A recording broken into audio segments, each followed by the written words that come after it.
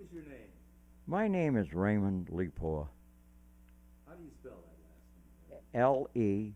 Lepore. Ray, you're the man. You were, what war veteran were you?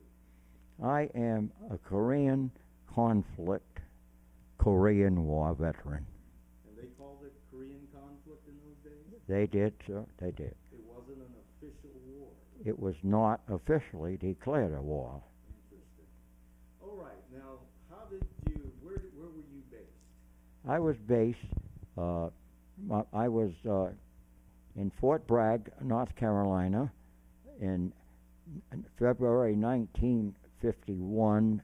I had my basic training there. Okay. Then where did you go? And then I spent 18 months in Germany as a occupation troop.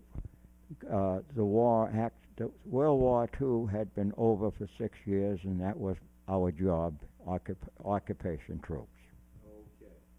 How long did you stay in the military? I was in the military for 2 years.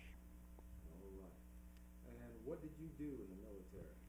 My job in the military was part of a 155 millimeter. I was a cannoneer. There were 12 men in the crew, and I was part of that crew.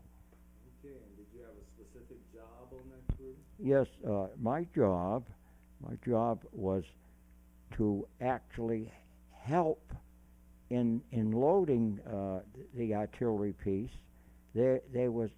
I was on the side of a tray. Another soldier would be on the other side of the tray, and we would pick up the 95-pound projectile and hold it right in where the thing was going to be fired. Did it take a lot of training to learn how to do that? It took quite a bit of training as far as eyeballing the thing, if it was either high or low.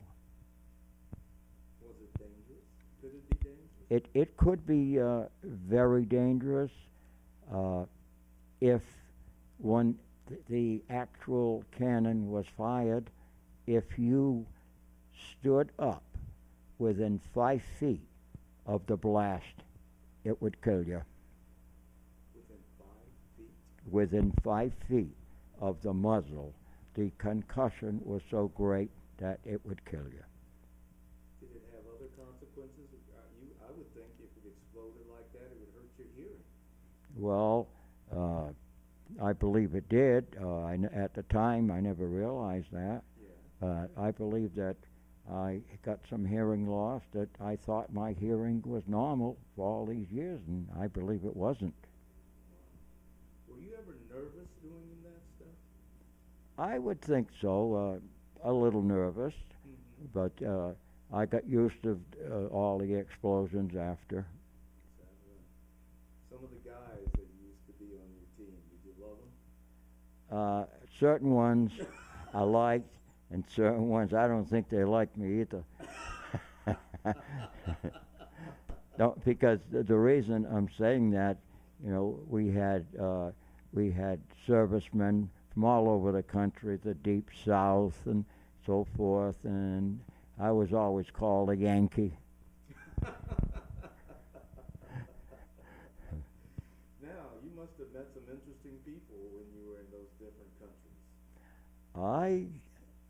I would say, as far as different people, I met. Oh yes, it comes to my mind. I used to get 3-day passes a lot because I did everything right, and I bunked overnight with a young man soldier from England, and we spent the night together and had a lot of fun. And the thing that got me was his uniform. My God, was I think twice as thick as mine. So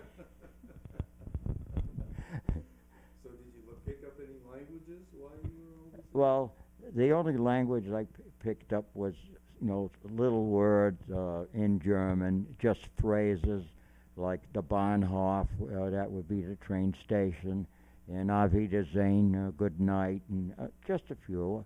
I learned enough German to be able to go to the movies and whatnot. Now, where did you stay? What kind of base or billet Yeah, did you have? my billets were very, very comfortable. They were former stormtroopers from World War II. The walls were about 3 feet thick, and our rooms were fabulous. 3 or 4 in a room, a lot better than those 50 guys coughing all night in the old barracks in a good USA. Is that right? Yes, sir. You know, when people look at history of World War II, you probably look at that history differently than someone who was never going through it. Exactly. Yeah. What were some of the things that always struck you About Germany? Yeah. Yeah. The things that struck me, how beautiful the buildings were, the things that were still not exploded.